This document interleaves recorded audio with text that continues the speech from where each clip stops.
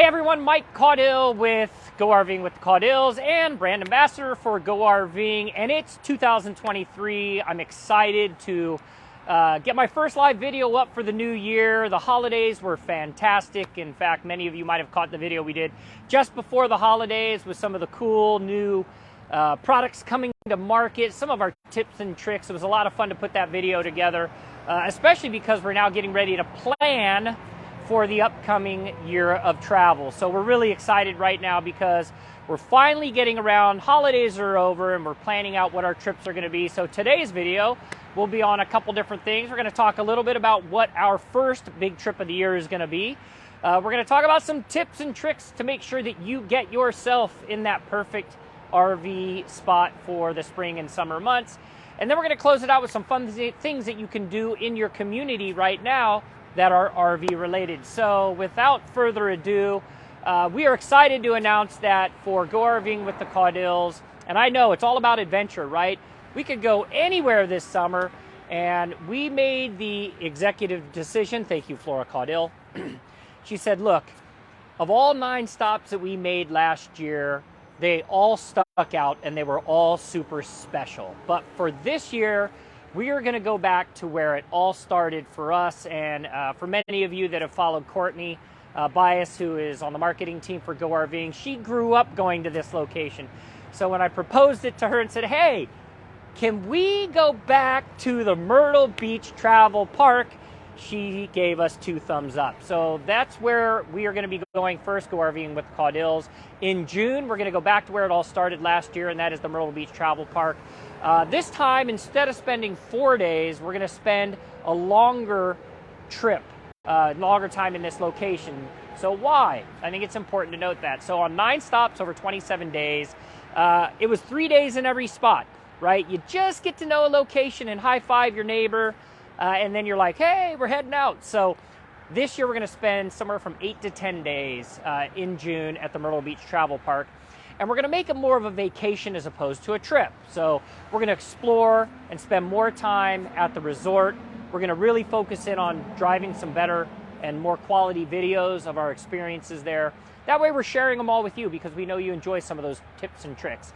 We have also started scheduling out trips that are closer to home, and that's going to be fun. So we're looking at Anchor Down right now, which is in Knoxville, and there are a couple other places that are even closer to home, and we'll be announcing some of those here at a sooner date. So what does that mean? It means that if you are getting ready to think about your spring and summer travel, and to be perfectly honest, your fall travel, you need to start planning now.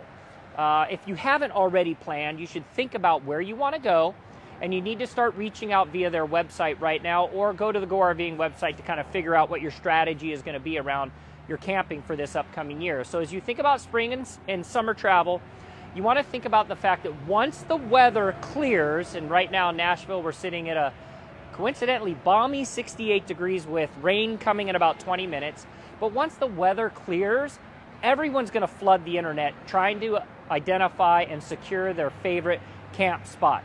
So do it now if you haven't already done it. That's really, really important. Before or after the holidays is a good time because people are thinking about right before Christmas, oh, I better get that spot. And of course, coming out of Christmas, I got to secure that spot. So speaking of holidays, if you find that your camp location has already been booked for the year or booked for the time period that you want to be there, the best advice that we can give you is to try and book on some different dates, either before the holidays, speaking of holidays, or just after the holidays. So before Memorial Day or after Memorial Day. We did some research this morning on the Myrtle Beach Travel Park, and we found that earlier in June is going to be a little bit easier for us to identify a spot as we think about 4th of July. And then, of course, right after 4th of July, everything starts to open up. If you can't find your spot, get on the wait list. So that would be another tip for you, is if you contact the RV location that you want to stay, just say, hey, do you have a wait list for spot 379, or just a wait list in general for the RV park? They'll put you on a list, and if something opens up, they'll be able to free a spot for you and let you get into your favorite campground. And we did that last year. In fact, on our 9 stops, there were a few of them where we wanted to stay a little extra or come in early. And it's great once you get on a wait list. So we wait listed all 9 locations on the front and back end of every trip.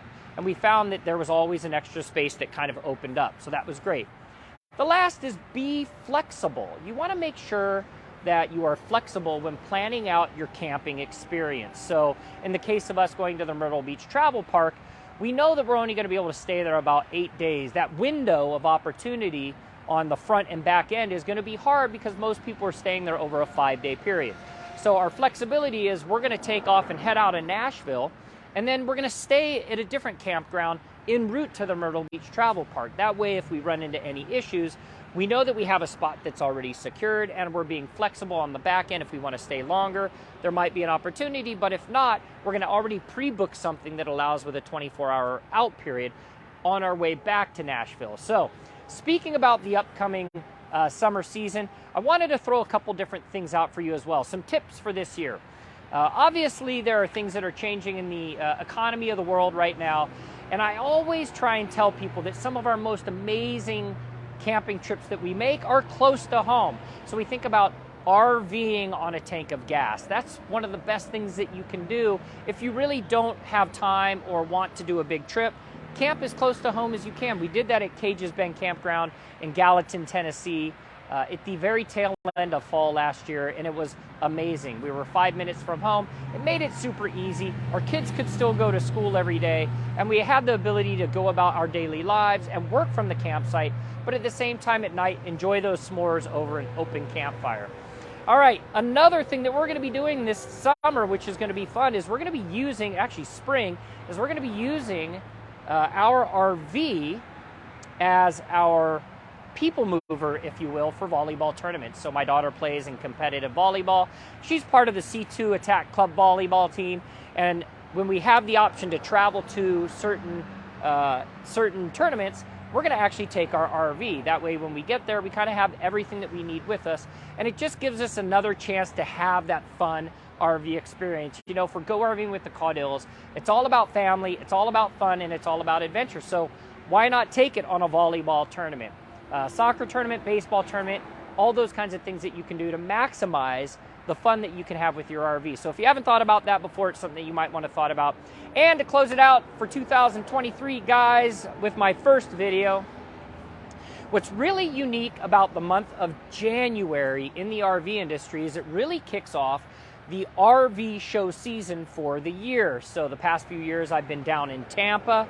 This weekend is the Nashville RV show right here in town, which we're going to pop into. And of course, last week, you might have seen my really good friend Janine Pettit with Girl Camper. She was up at the Boston RV show as well.